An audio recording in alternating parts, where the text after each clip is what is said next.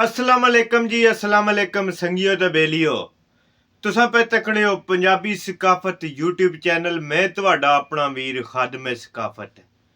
जेड़े संगी ते बेली भलवानी ना शौक रखने न, बुगदर ना शौक रखने न, इंशाअल्लाह लजपाल भलवान ग्रुप तुहाडे वास्ते एक बड़ा वड्डा अखाड़ा बुगदर लैके आ रहा वै 22 अप्रैल 2024 सरजमीन गरमाला। क्या बात है जी गरमाले वाले लंब कड्डी आवने हो। इंशाअल्लाह बड़ा तगड़ा अखाड़ा बुगदर 22 अप्रैल बरोज सोमवार। क्या बात है जी, माशाल्लाह जी, बड़ा तगड़ा अखाड़ा बुगदर। सारे संगियां बेलियां की शिरकत की दावत दी जानी है। इंशाअल्लाह बड़ी चास आपसी और अगले नालों वध के आपसी नवे रिकॉर्ड बन सन, नवे भलवान शिरकत कर सन इंशाअल्लाह।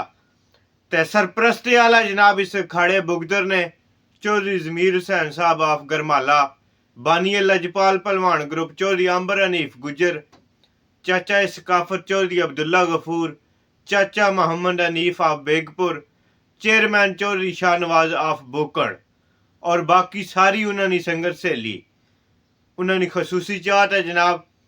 तो तुसा सारे संगियां बेलियां की शिरकत की दावत दी जानी है बफजले खुदा 22 अप्रैल 2024 बरोज सोमवार। आमना ना भुले इंशाअल्लाह। बड़ी चास आपसी और अगले नालू वध के आपसी। बहुत शुक्रिया जी।